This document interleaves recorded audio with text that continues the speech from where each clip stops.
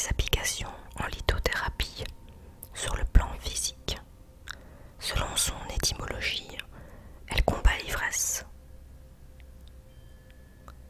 On l'utilise toujours pour combattre les intoxications telles que l'alcool, le tabac, les drogues ou encore le café, etc., etc.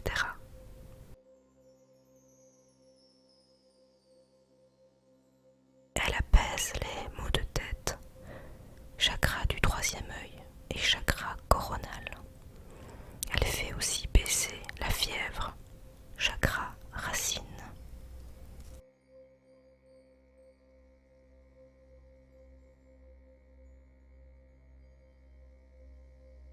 Chakra du plexus solaire. Elle calme les douleurs gastriques consécutives à l'énervement, contribue aussi au bon fonctionnement du foie.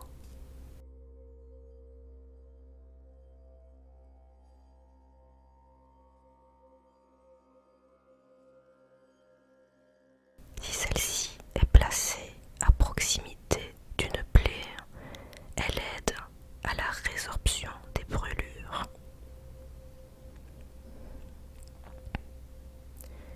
Elle permet également de compenser les excès obsessionnels d'ordre sexuel, comme la nymphomanie, le priapisme, l'érotomanie du troisième âge.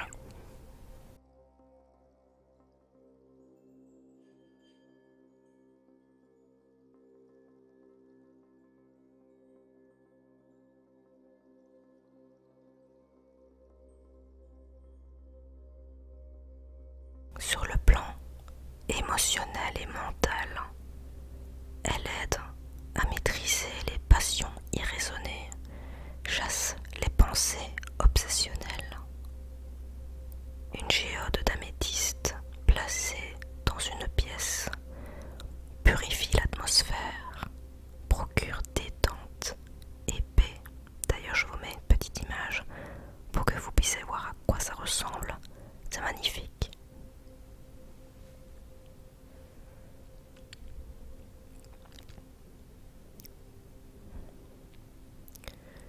Dans une chambre à coucher, elle contribue à un sommeil calme et profond.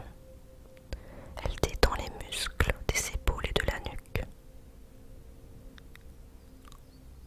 On peut aussi placer quelques améthystes sur la table de nuit ou autre pour éliminer les cauchemars et éclaircir les rêves.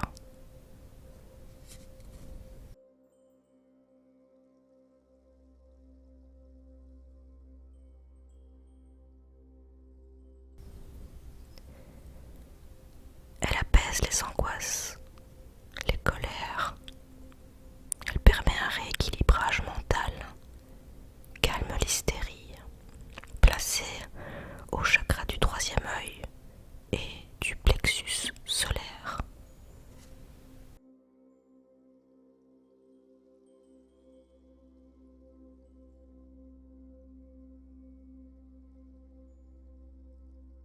Au niveau du chakra racine, elle apaise les crises de gouttes en agissant sur le taux d'acide urique.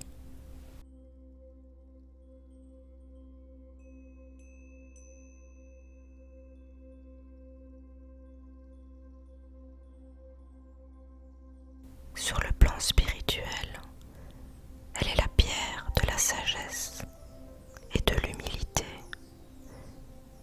Elle favorise l'élévation spirituelle, la concentration et la méditation.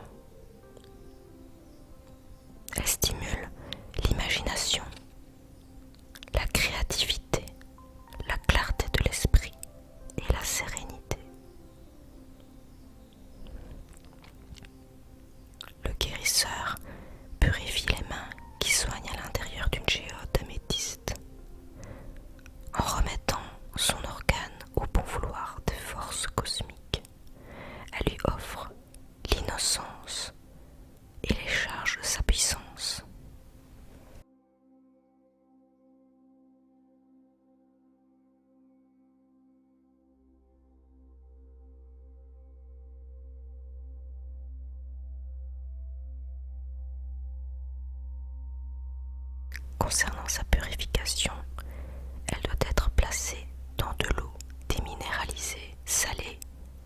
Ce rechargement doit être fait à la lumière lunaire et celle des étoiles et surtout pas au soleil.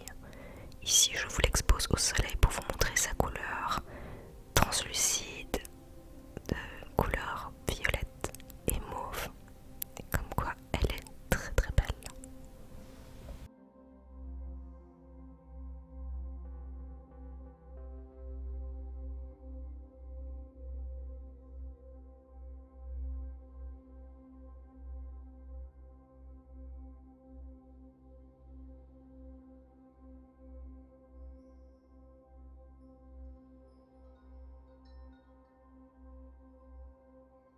Je recharge mes pierres